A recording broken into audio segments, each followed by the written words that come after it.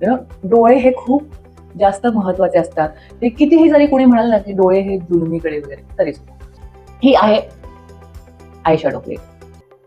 हा इथून इथपर्यंत त्याचा आकार दिसतोय. बऱ्याच जणांचं कसं असतं की हे डायरेक्ट इथं दिसतं, हा आकारच दिसत नाही. तुमच्याकडे जर ब्रश नसेल, सरळ असं बोटांनी पण तुम्ही लावू शकता, व्यवस्थित बसते. ब्रश वगैरे सगळे नंतरचे इन्व्हेन्शन्स आहेत बरं का. पूर्वीच्या काळी मेकअप सगळ्या हातांनीच बोटांनीच केला जायचा.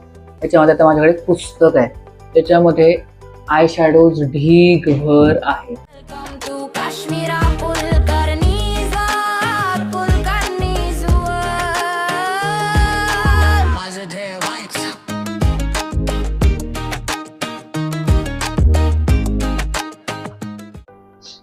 राम राम, हॅलो, नमस्कार, स्वागतम. मी आहे कुलकर्णीची Kashmir and this is a गपशप वन. सो आपण मेकअप हा सेगमेंट सुरू केलेला आहे, तुम्हा सगळ्यांना माहिती आहेच आहे. आपण आतापर्यंत बेस कसा करायचा हे शिकलेलो आहोत. जर तुम्ही बघितलं नसेल तर खाली लिंक दिलेली आहे, तिथे जाऊन बघा, कारण आपण त्याच्या पुढचं आता शिकणार आहोत. तर हा बेस करून झालेला आहे व्यवस्थित. आता आपण आज आईज बद्दल शिकूया. डोळे हे खूप जास्त महत्वाचे असतात. ते कितीही जरी कोणी म्हणाल ना की डोळे हे जुलमीकडे वगैरे तरी तर आपण काय करणार आहोत, तर जेव्हा आपण मेकअप करतो तेव्हा मेकअप करताना तोच आपण स्पंज इथे असा फिरवून घेतलेला होता, त्याच्यावरती पावडर लावलेली होती, या सगळ्या गोष्टी आपल्या झालेल्या आहेत. म्हणजे साधारण ती जी शेड आहे ती आपल्या स्किन प्रमाणे केलेली आहे. जर कोणाची नसेल, खूप डार्क असेल, तर तिथे तुम्ही liquid proper foundation, liquid foundation लावून ती तुमच्या स्किन टोन प्रमाणे करून घेऊ शकता. पण तिथे जेवढा थिक लेअर वाढेल ना तेवढं मग तिथे लाईन्स दिसायला लागतात थोड्या वेळानंतर. म्हणून आपण जेव्हा मेकअप करतो तेव्हाच तोच स्पंज किंवा तोच ब्रश आपण तिथे फिरवला तर तो मॅच होतो.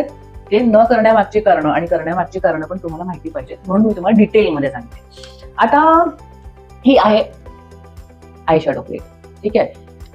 तर कुठल्या रंगाचे आय शॅडोज आपण वापरले पाहिजेत, ह्या सगळ्या खूप डीप गोष्टी आहेत आणि आपण आज त्या सगळ्या शिकणार आहोत, ठीक आहे. तर बेसिकली आपल्या डोळ्यांचा आकार बघायचा आपल्याला.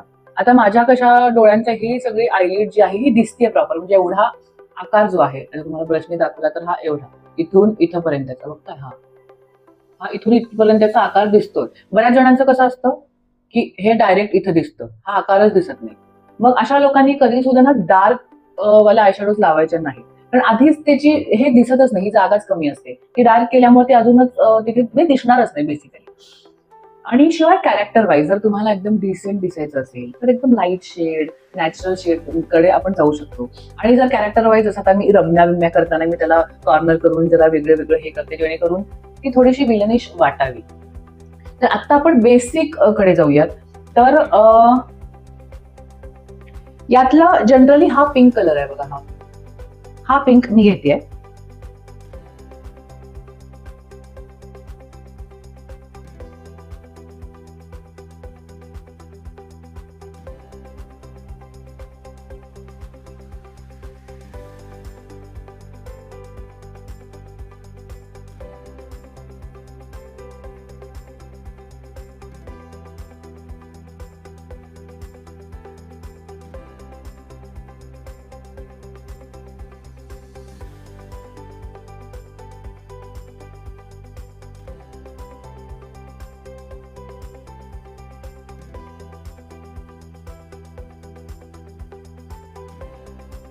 ठीक आहे, ही एक एकदम बेसिक आय शॅडो केलेली आहे आपण, जी डेली वेअर साठी तुम्ही करू शकता एखाद्या असं. पण आता ही फक्त आता काय केलं मी तुम्हाला परत सांगते. आता ह्याच्यामध्ये पार्ट कुठले कुठले येतात, एक तर ही आपली आयब्रोची लाईन आली, त्याच्यानंतर ह्याच्यामध्ये हे उंचवटा दिसला तर याच्यामध्ये आणि याच्यामधला डिफरन्स दिसतो, त्यामुळे हा उंचवटा दिसायला पाहिजे. हा उंचवटा नसेल तर आपण काय करतो, हायलायटर वापरतो. आता याच्यामध्ये बघा, हा शिमरी सिल्वर आहे किंवा व्हाईट आहे, हे हायलायटर्स आपण वापरायचे. तुम्हाला फरक लगेच दाखवतो. आता हा भाग माझा आहे, नॅचरली आहे ऑलरेडी, पण ह्याला जर मी असं हायलाइट केलं, हे लावलं ना की तो हायलाइट झालेला दिसतोय. हा हायलाइट झाल्यावरती ह्याच्यामध्ये आणि ह्याच्यामधला फरक दिसला आहे की नाही, हे वेगळे वेगळे दिसले. आता या दोन्हीच्या मध्ये तुम्हाला आपले डोळे इथे बंद करत आणि उघडल्यावरती ही लाईन दिसते सॉकेट, ठीक आहे. या सॉकेटला आपण थोड्याशा, आता आपण घेतला होता हा लाईट पिंक, ठीक आहे, त्याच्यापेक्षा थोडासा डार्क मी ही पिंक शेड मधला एक डार्क कलर आहे बघा. ह्या म्हणजे ब्राउनिश कडे जातो, पण ब्राऊन मध्ये पण पिंक आहे, हा पण ब्राऊन आहे, हा रंग वेगळा, हा रंग वेगळा. तर हा थोडासा सॉकेटची जी बॉर्डर आहे, ही जी ऑलरेडी डार्क दिसते ही लाईन, ही तिथे थोडस आपण मर्ज करून घ्यायचं, म्हणजे ते अजून उठून दिसतं. हे बघा, म्हणजे हा आपला पिंक झाला, त्याच्यापेक्षा डार्कने आपण सॉकेट तयार केलं आणि हे हायलाइट केलं. हे व्हेरिएशन त्याच्यात येतं, हे बेसिकच करतोय आपण. ह्याच्यामध्ये अजून हवे तेवढे आपण देऊ शकतो, पण आकार उठून दिसण्यासाठी मी तुम्हाला ह्याच्यात कलर कॉम्बिनेशन तुम्ही कपड्यांनुसार करत राहाल आणि हे व्यवस्थित असं मर्ज केलं आपण बघा, आणि हे हायलाइट केलेलं आहे, त्यामुळे हा फरक दिसला. आता आपण इकडे थोडंसं दुसऱ्या प्रकारचं करून दाखवतो, पण तुम्हाला व्हेरिएशन कळेल. कलर तेच घेते मी, रंग तोच घेते, ठीक आहे, एकदम लाईट पिंक जो आपण इथे घेतला होता तोच रंग इथे घेते.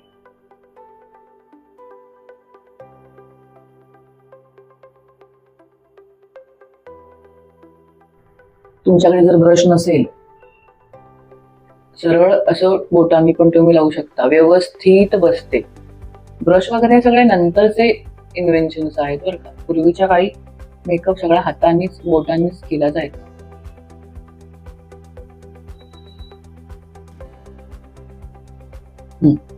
पिंक आपण तेच लावलंय, पण आता इथे सॉकेट समजा आपण थोडस म्हणजे वरचं सॉकेट आपण सेमच करू. आता सॉकेट मध्ये बघा, आता हा जो जिथे डोळा हे होतो तिथे आपण ब्राऊननी केलं थोडं.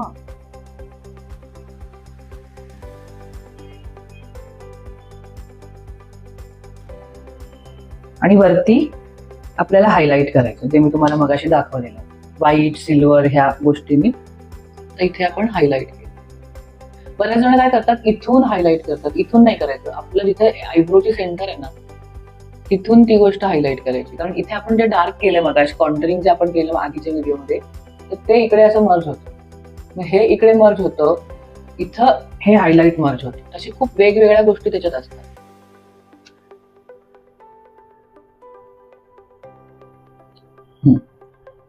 म्हणजे हे बघा, तुम्हाला आपोआप ही आयब्रो वर उठलेली दिसेल हे हायलाइट लावलं की, म्हणजे थोडस असं यंग लुक कडे जातं. आणि सगळं जेव्हा एकत्रित थोडंसं हलकं मर्ज होतं आणि मग ती आपली आय शॅडो तयार होते. आता ही झाली बेसिक आय शॅडो. याच्यामध्ये थोडंसं आपल्याला वेगळा लुक द्यायचा असेल तर डार्क कलर घ्यायचा थोडासा. आपण वेगळ्या वेगळ्या शेड्स याच्यामध्ये वापरू शकतो according to your dress colour, character, look सगळं. आता बघा, आता आपण हे सॉकेट शिकलो, हे असं वालं, ठीक आहे. आता आपण ह्या कॉर्नरचं सॉकेट बघायचं. ते कसं बघायचं, आपला हा डोळा, ठीक आहे, ह्याचा सेंटर, ह्याच्या इकडचा जो पांढरा भाग आहे ना आपला राहिलेला त्रिकोणी, हा त्रिकोणी भाग म्हणजे आपलं इकडचं सॉकेट आहे. ते असं तुम्ही मर्ज करून आणू शकता.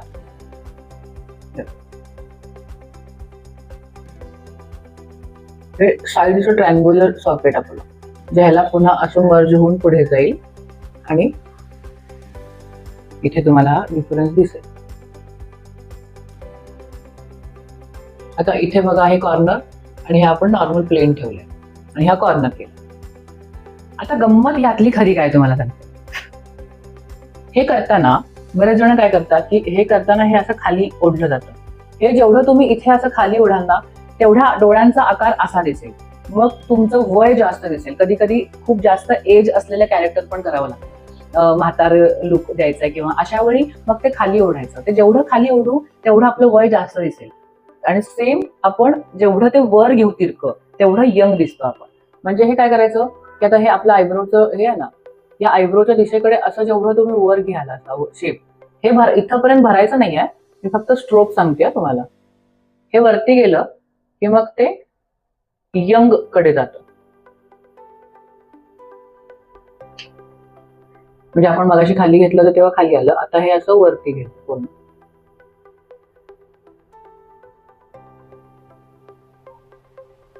बघा, हे आता हे असं तुम्हाला असं वर दिसेल. हे वर जेवढं दिसेल तेवढा डोळ्यांचा शेप वेगळा होतो. त्याच्यानंतर लायनर वगैरे सगळ्या गोष्टी आहेत अजून, आपण फक्त आय शॅडोची शेप बघतोय, ठीक आहे. हे पूर्ण मर्ज झालं.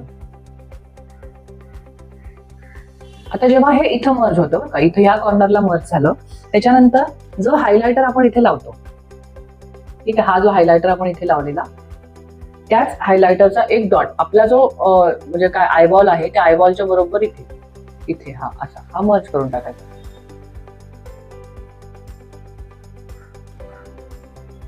बघा आपला आयबॉल आहे, आयबॉलच्या इथे आपण हायलायटर तो मर्ज केलेला आहे. म्हणजे आता बघा हा डोळा फरक दिसतोय तुम्हाला, ती गोष्ट हायलाइट झाली लगेचच. आणि ह्या म्हणजे आपल्याला इथं हा कलर एक आला, इथे हा डार्क आपण केला, तो इथे आपण त्याच्यापेक्षा डार्क मर्ज केला, पिंक आपण आधी ऑलरेडी दिलेला होता आणि त्याच्यावरती आपण आयबॉलच्याच फक्त एरियामध्ये तो हायलायटर मर्ज केला. एवढ्या गोष्टी केल्यावर सुद्धा ते अजूनही नॅचरलच दिसेल. आणि इथे फक्त आपण एक प्लेन दिले आणि हे केले, याच्यामध्ये काहीच फरक म्हणजे काहीच केलेलं नाहीये. तर तुम्हाला इथे फरक दिसेल डोळ्यांमध्ये. तर असे तुम्ही असंख्य आयशेड्स देऊ शकतात. आय शॅडोचे कलर्स तुम्ही तुमच्या ड्रेसच्या लुकच्या हिशोबाने सिलेक्ट करू शकता. तुम्हाला कशा पद्धतीने स्वतःला प्रेझेंट करायचं आहे त्यानुसार. कारण ही पटकन हायलाइट होणारी गोष्ट आहे. आपण जास्त करून एखाद्या माणसाशी बोलताना त्याच्या नजरेत बघून बोलत असतो, त्यामुळे या गोष्टीकडे पटकन लक्ष जातं. त्यामुळे ही गोष्ट मला असं वाटतंय की छान हायलाइट करा, पण ते हायलाइट करताना पण त्याच्यामध्ये एक डिसेन्सी असू दे नेहमी. त्या व्यतिरिक्त जर तुम्हाला प्रेझेंटच तशा कॅरेक्टरमध्ये करायचं असेल तर गोष्ट वेगळी, पण नॅचरली करताना ती छान अशी नॅचरल वाटावी. आता मी याच्यासारखंच हे करू की ह्याच्यासारखंच हे करू, म्हणजे एक सारखं वाटेल असं मी विचार करते. का वेगळं वेगळंच करून दाखवू तुम्हाला?